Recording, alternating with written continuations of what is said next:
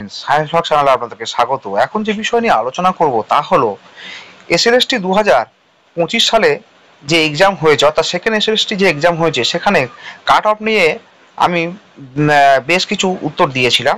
তো সেই সম্পর্কে বেশ কিছু প্রশ্ন আবার নতুন করে কিছুজন করেছেন, সেই প্রশ্নগুলির উত্তর আজকে দেওয়ার চেষ্টা করব।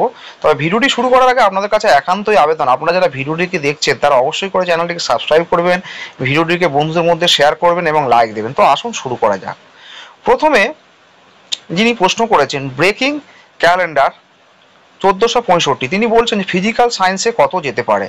দেখুন, এই সম্বন্ধে আমি একটা ভিডিও আগে করেছি।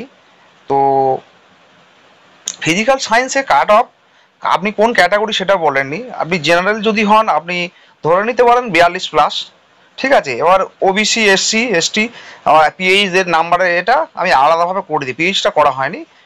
ওদিকে হচ্ছে ইডাব্লিউএসটাও আলাদাভাবে করে দিয়েছি, একটু দেখে নেবেন, আমি লিঙ্কটা ভিডিওর নিচে ডিসক্রিপশনে দিয়ে দেবো। তো এরপরে জন এমডি জাহিরুল ইসলাম বলছেন যে ইংলিশ ওবিসি এ 55+, ঠিক আছে। তাই ইন্টারভিউয়ে ডাক পেতে পারে কি? ওবিসি এ 55+ মানে হচ্ছে অনেকটাই নাম্বার, আপনি অবশ্যই ইন্টারভিউতে ডাক পাবেন। এবারে আছে জয় মণ্ডল, E2F, তিনি বলছেন যে 50 এসসি ইংলিশ পাওয়া যাবে, অবশ্যই আপনিও ইন্টারভিউতে ডাক পাবেন, এটা নিয়ে কোনো চিন্তা করবেন না। এরপরে আছে